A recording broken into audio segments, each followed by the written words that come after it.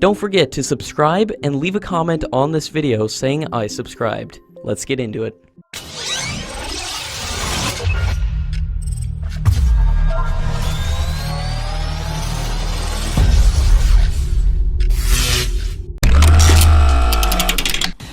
Since its induction from the early 1980s, the F-16 became the poster boy of the Pakistan Air Force, and its superiority was oversold to their public by their media, but the myth of its superiority has now been broken. The Indian Air Force has the electronic radar recording of the F-16 which went down after it was shot down by the MiG-21, and the Indian Air Force will now share the data with friendly countries like UK, France and Russia. Pakistan has breached the end-user agreement, and the Indian diplomats will brief the US officials about the evidence of the AMRAAM part and radar signature, which will ensure that the United States will call for total sanctions for the supply of spares for the entire fleet of Pakistani F-16 fighter jets. The Donald Trump administration is considering serious punitive measures against Pakistan over the involvement of 2 F-16 fighter jets against Indian military installations. Pakistan currently has a fleet of 76 F-16 jets, and at least 40 of which are equipped with the upgraded Beyond Visual Range version of AMRAAM. The Taiwan Air Force has said that the AMRAAM shown by India in the joint press briefing does not belong to Taiwan, and the identification numbers did not match, and were not compatible with any systems in its possession.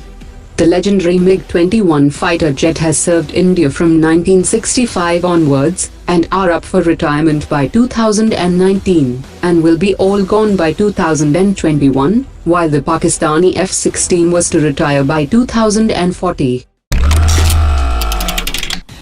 The editor-in-chief of National Defense magazine, Igor Korochenko, has said that the Indian MiG-21 fighter jet upgraded by Russia possesses combat capabilities identical to those of the F-16 of Pakistan Air Force.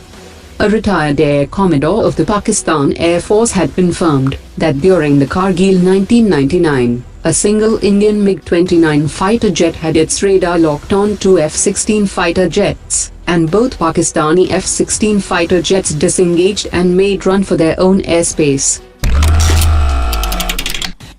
India's AMCA project is still in a design and definition phase, but its importance has expanded considerably in recent months, starting with India's decision to walk away from the FGFA program, and the Indian Air Force's declaration that the AMCA would be its priority fifth-generation project. India has intelligently chosen to link its acquisition of 110 Make in India fighter jets with technology for the AMCA program, and the director of the AMCA program has said that the project aims for a first flight within the next 6 years. According to latest reports, China's second aircraft carrier has reportedly set sail for its fifth sea trial, which indicates a further step towards the final delivery of the aircraft carrier.